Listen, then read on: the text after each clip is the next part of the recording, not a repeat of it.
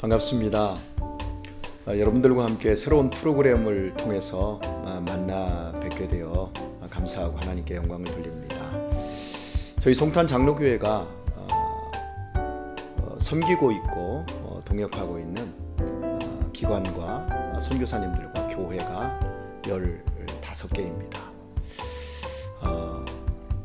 이제 오늘부터 오늘을 시작으로 해서 15개 기관의 대표자들을 모시고 사역의 그 생생한 스토리를 듣고 함께 은혜를 나누려고 합니다. 이제 오늘의 이 주제를 선교 열정이라고 하는 제목으로 잡아보았습니다. 그리고 첫 번째 손님으로 아시아 태평양 선교회 소속으로 많은 선교를 하고 계시는 최석수 선교사님을 오늘 모시게 되었습니다. 네, 반갑습니다. 저는 최석수 목사고요. 저희 가족은 이제 아내와 쌍둥이 아들이 있습니다. 최신현, 최성현인데 하나는 이제 이번에 작년에 학사장교로 임관했고 또 하나는 이제 대학 조교로 있습니다. 저는 2003년에 이어서 오늘께 이제 청빙받아 갔어요. 네. 이제 목회하는 중에 이웃에 있는 목사님께서 이제 중국의 단동신학교 강의해달라고 그래서 이제 열심히 그 중국 단동신학교 강의 다니기 시작했습니다. 그러다 보니까 하나님께서 이제 비전을 주셔서 이제 선교사로 헌신하게 됐습니다. 그런 과정들이 좀 굉장히 긴데 짤막하게 하도록 하겠습니다.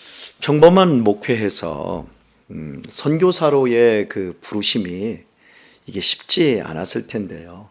실은 또 부르심이 있어도 부르심에 순종한다라고 하는 것은 굉장히 어려운 일이거든요.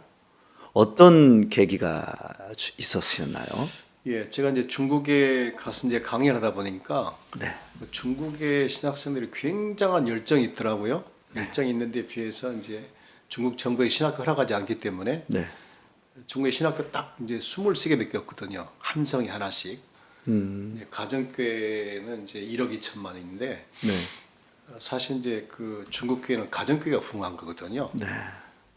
삼자교회는 약 3, 4천이고 가정교회가 이제 1억 2천인데 사실 그 가정교회들이 우리 한국에서 가서 가르친 그 목사들이 이제 계속 나가서 이제 교회를 개척함으로 가정교회를 개척해서 부흥이 온 거죠.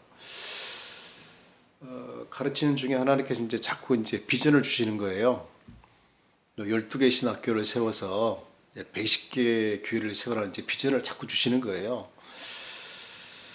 사실은 그때 이제 뭐 신학교 2개 한 사람도 보지 못했는데 눈 감고 기도만 하면 하나님께 이제 12개 신학교를 세워서 이제 120개 교회를 세우라는 자꾸 그런 비전을 주시니까 제가 집사람한테 얘기했죠.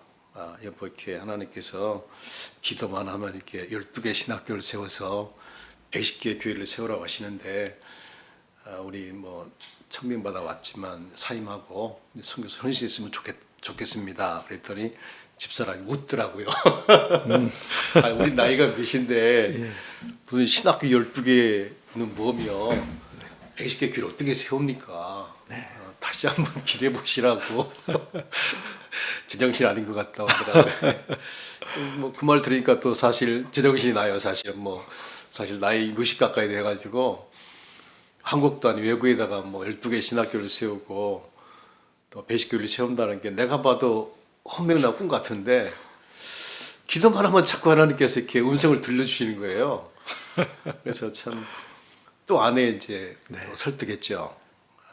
이렇게 기도만 하면 눈을 감아도 떠도 이렇게 자꾸 하나님께서 120개 교회를 세워라 하시는데 우리 뭐 그렇게 합시다. 그랬더니 이제 집사람이 그럼 어떻게 응답 받았냐고 하시더라고요. 어떻게 음성 들었냐고. 그래서 빌립보서 13절에 보면 너희 속에서 행하시는 하나님이시니 자기의 깊으신 뜻을 위하여 너희로 마음에 소원로 행한다고 하셨는데 아멘. 이게 지금 12개 신학교 120개를 세운다 이런 꿈이 이게 내 소원이 아니거든요. 네. 왜냐면 본 적이 없어요. 제가 신학 2개 한 사람도 못 봤는데 뭐 신학교 뭐 교회를 10개, 2개 세워서는 못 봤는데 네. 110개 교회를 세우라는 꿈과 비전이 오니까 네. 이런 꿈과 비전이 이게 내가 가진 생각이 아니고 이게 하나님께 주신 응답 아니겠습니까? 네. 제 아내를 설득을 했어요. 네. 그래서 이 집사람이 또 그러면 그렇게 하세요 그러더라고요. 할렐루야. 네, 그래서 이제 제가 2003년에 부임했는데 네. 2015년 12월 30일 날 이제 사임하고 네. 2016년부터 이제 본격적으로 네. 외국에 이제 신학교 설교를 시작을 했습니다. 네. 그 중국 그 가정교회에 네. 그 지도자들 예. 목사님들이 계실 텐데요. 예. 그분들의 어떤 신학적 수준이나 예. 또 학력적 수준은 어느 정도인지요?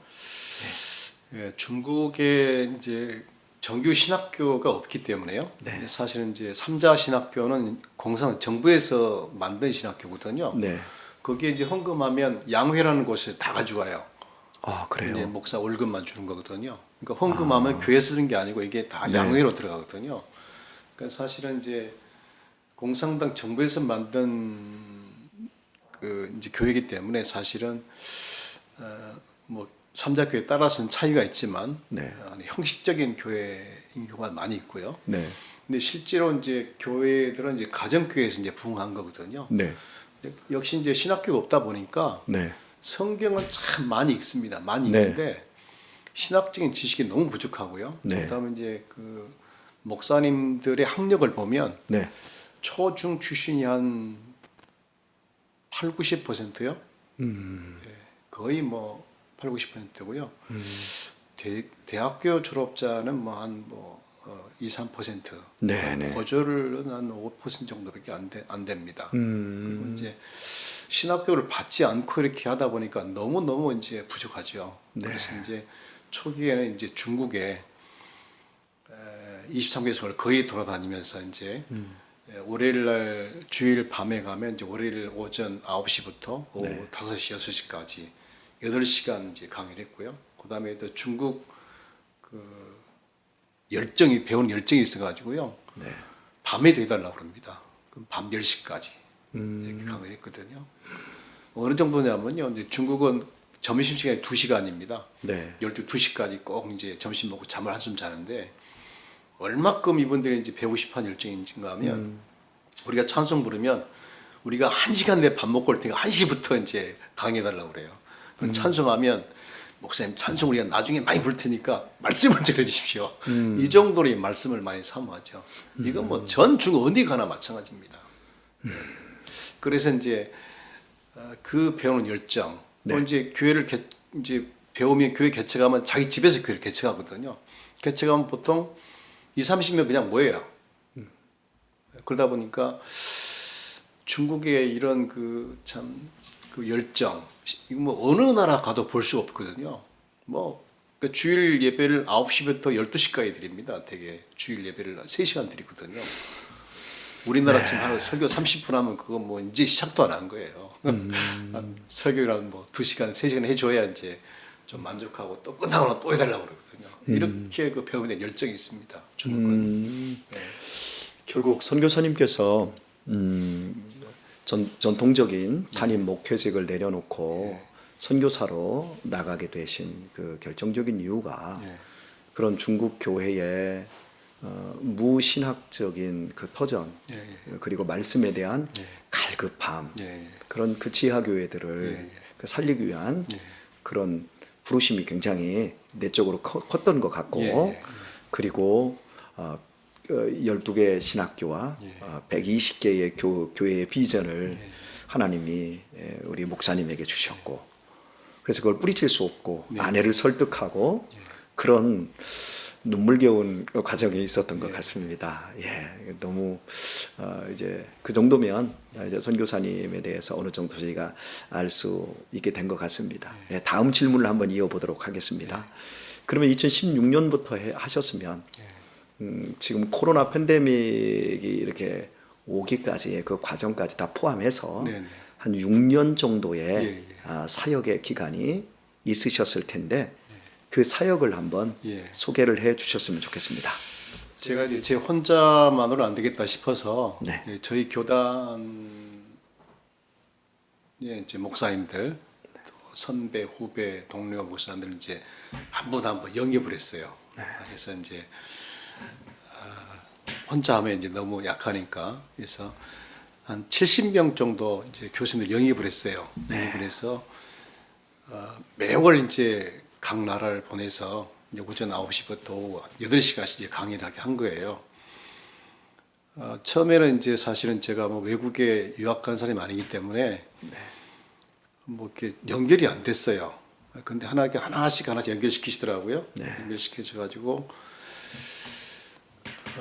6년 차 되니까 제가 이제 캄보디아에서 맨 마지막 이제 캄보디아에 재작년 3월 1일에 들어왔는데 그렇게 이제 그러니까 제가 한 번 나가면 되게 2, 3주를 이제 각 나라에서 강의를 했어요.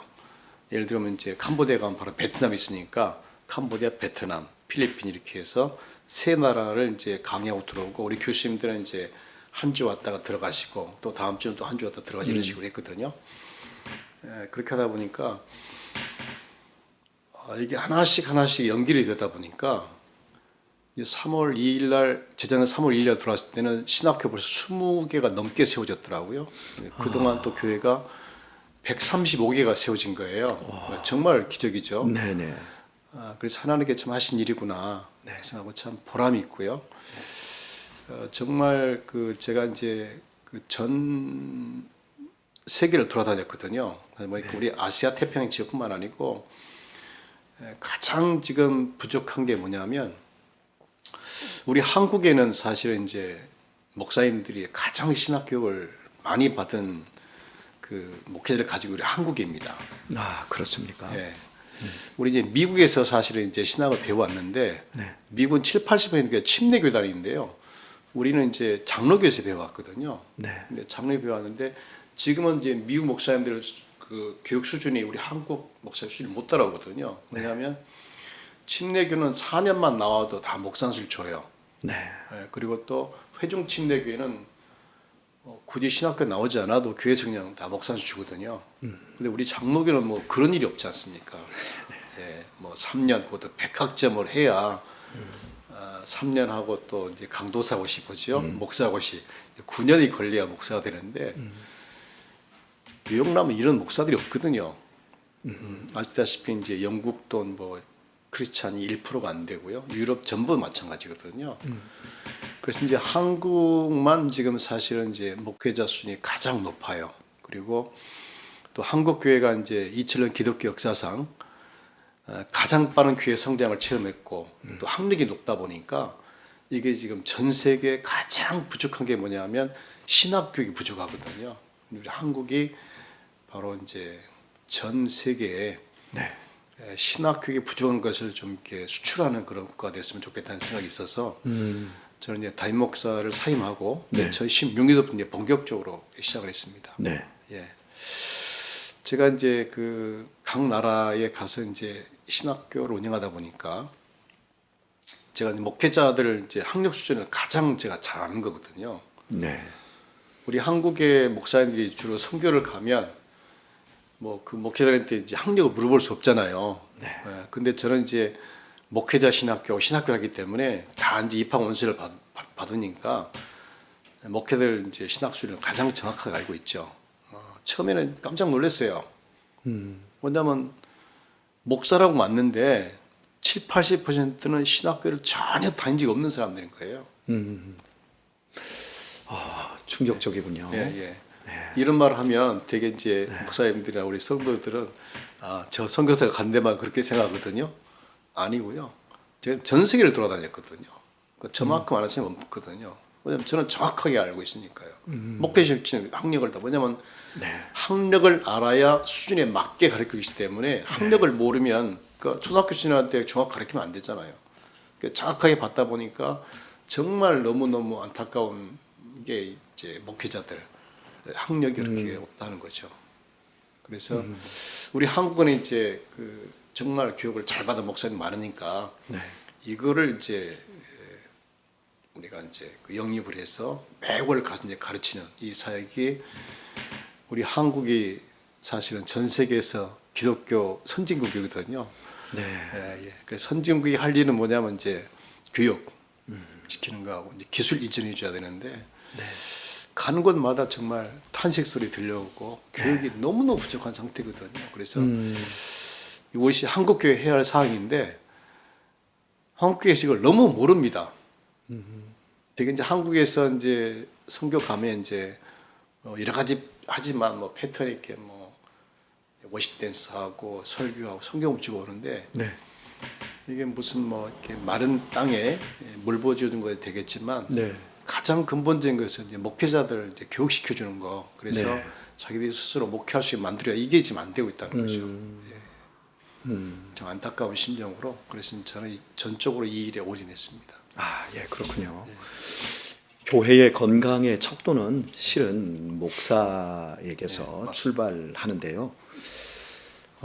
학력이 뭐 절대적인 것은 아니다 할지라도 그래도 목사의 학력이라든지 또 성경을 정확하게 강론할 수 있는 신학적인 교육이 없이 목회가 이루어진다고 하면 그 교회가 결국 예수님이 주인 되신 교회가 되는 것은 참으로 어려울 것 같습니다. 맞습니다. 그래서 우리 선교사님의 지금 사역의 이야기를 들으면서 실은 저는 굉장히 지금 놀랍기도 하고 또 충분히 이해가 되기도 하고요.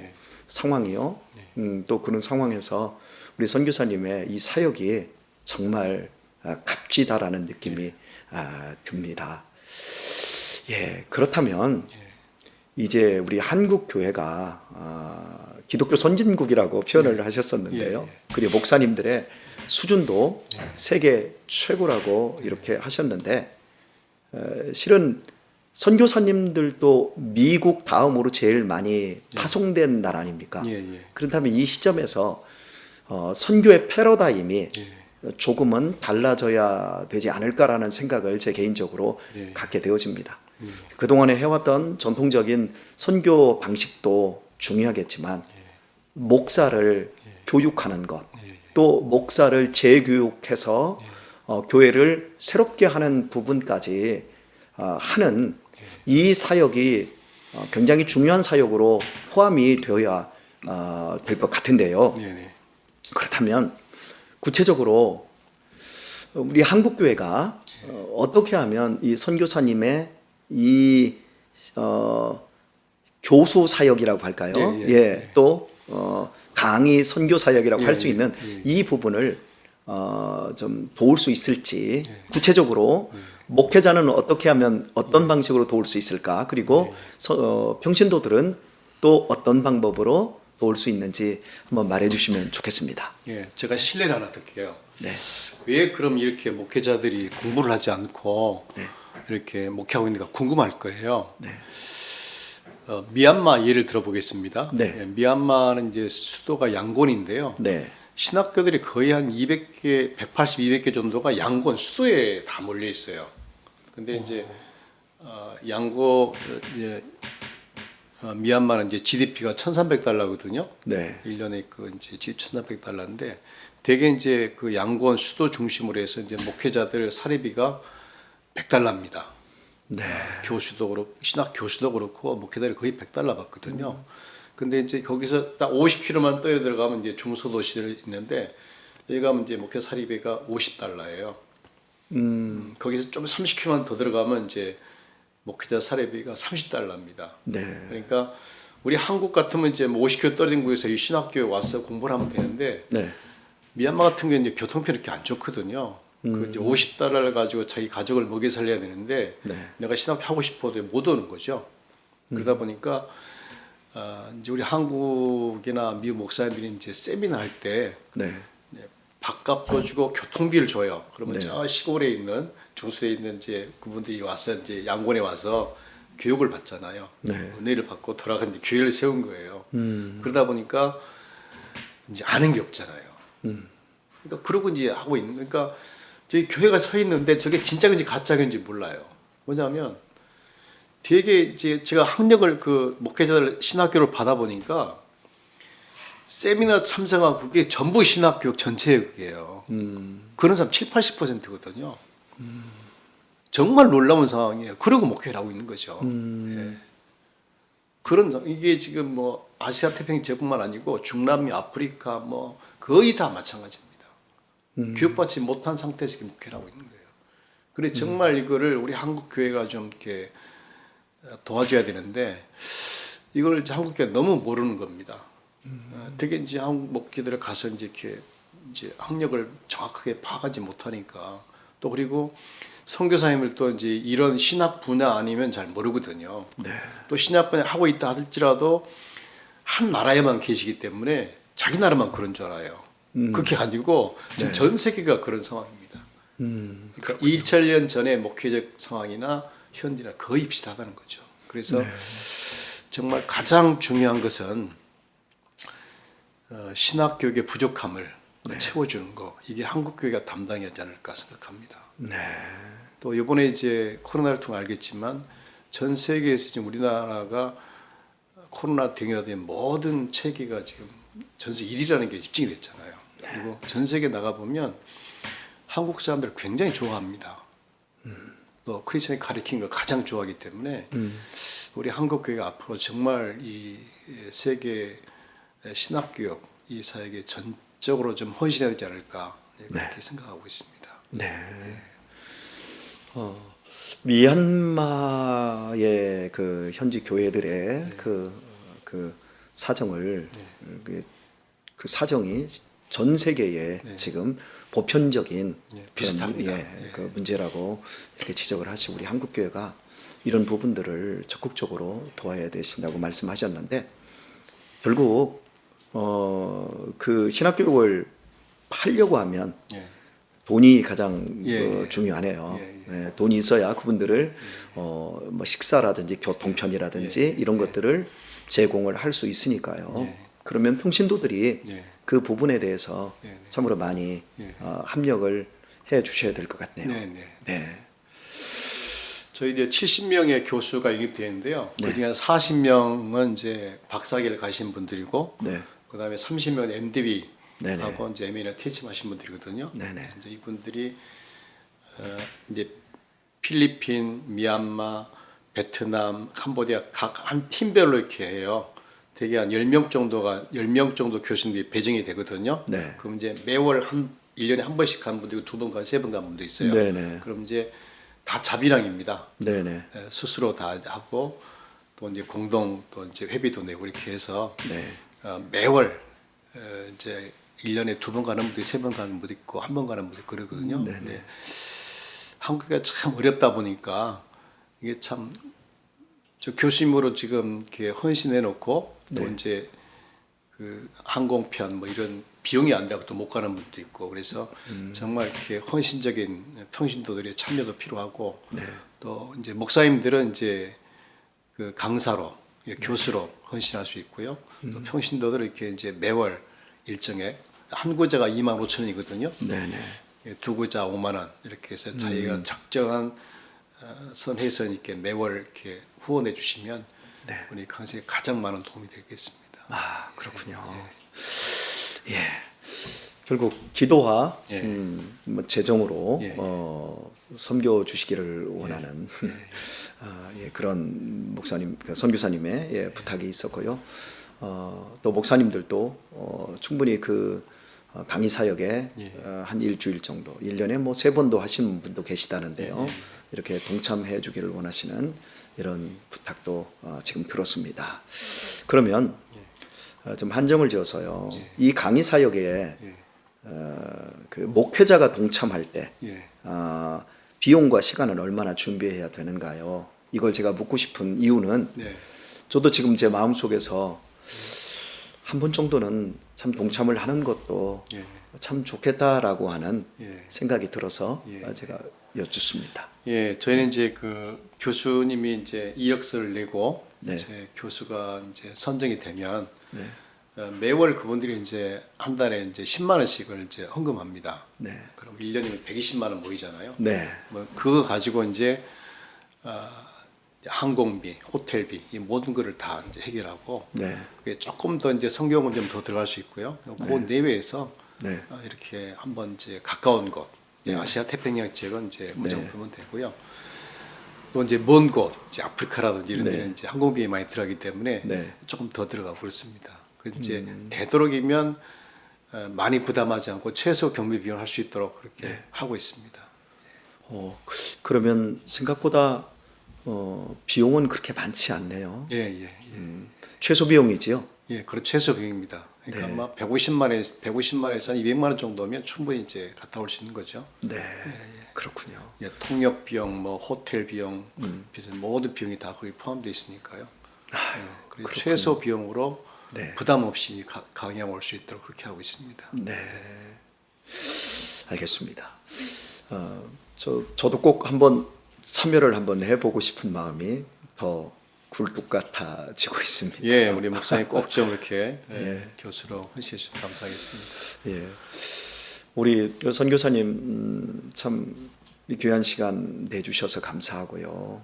저희에게 새로운 선교의 시야를 열어주신 것 같습니다. 그러면 마지막으로 예. 우리 선교사님께서 우리 한국 교회나 예. 또 우리 교회에 예. 하시고 싶은 말씀 있으시면 예, 예. 한 말씀 부탁드리겠습니다. 우리가 신학 교육을 통해서 이제 교회를 개척하게 만드는 거거든요. 네.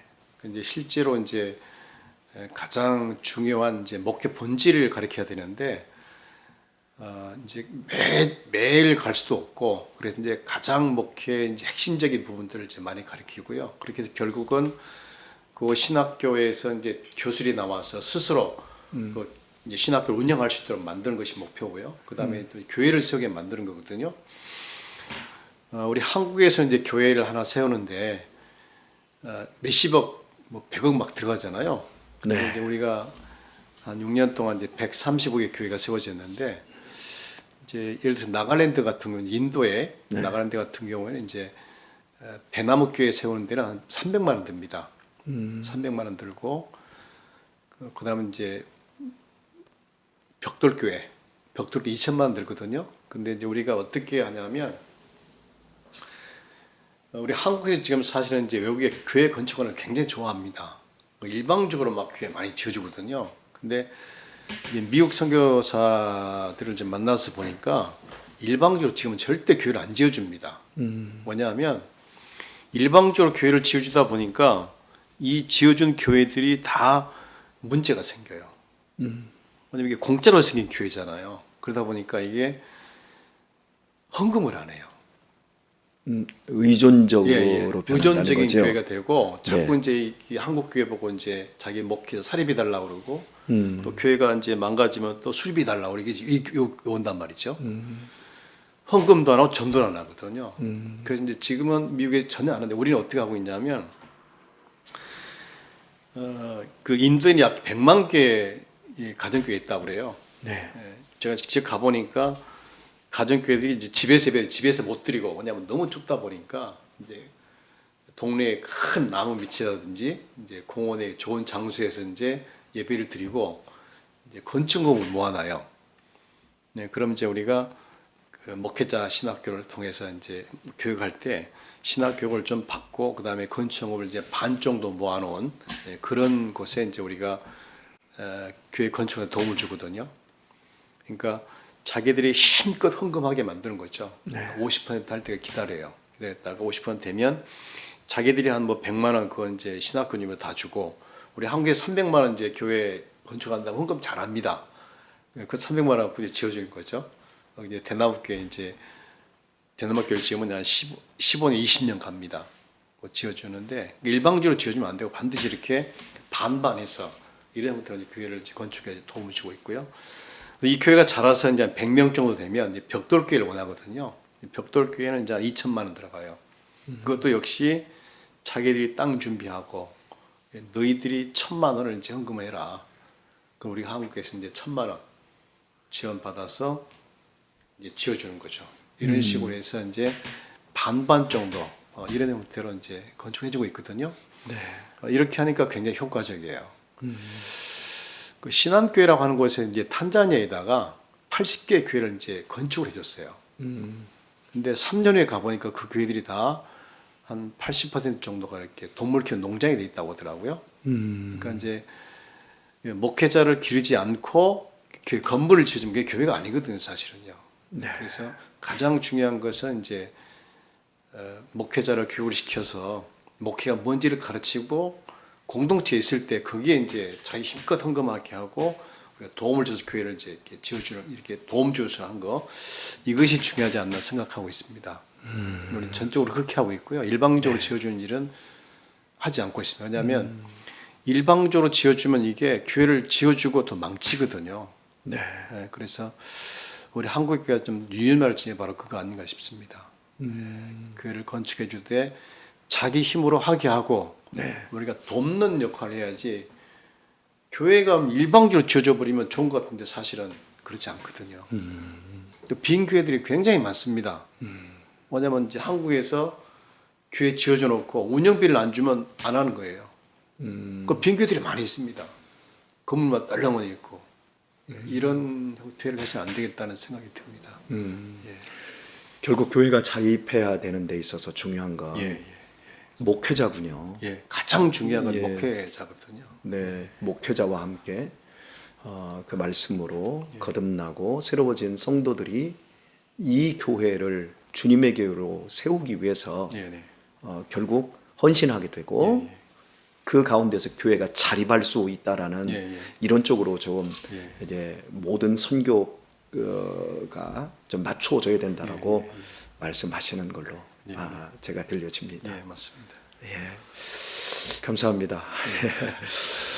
예, 오늘 우리 선교사님 이렇게 좋은 말씀 주셔서 저희의 시야를 새롭게 해주셔서 너무 감사를 드립니다. 예, 감사합니다. 선교는 지상 명령입니다. 그래서 어떤 순간에도 선교는 계속되어야 하는데요. 오늘 최석수 선교사님과 함께 나눈 이 선교 열전 통해서 여러분 어떠셨습니까? 우리 기도해야 될 것이고 우리 계속해서 선교사들을 뒤에서 돕는 보급 기지의 역할을 우리 교회가 잘 감당해 내야 될 것 같습니다. 예, 사랑하는 우리 교우 여러분 너무 감사하고요. 오늘 이 프로그램을 통해서 여러분의 마음이 더 뜨거워지고 헌신될 수 있기만을 빕니다. 그리고 오늘 첫 번째 선교 열전 통해서 받은 이 은혜, 다음 선교 열전 그 시간까지 꼭 이어갈 수 있기를 바라고요. 여러분의 가정과 여러분의 삶의 터전 위에 그리스도의 은혜와 평강이 함께하기를 예수님의 이름으로 축복합니다. 감사합니다. 인사하시죠.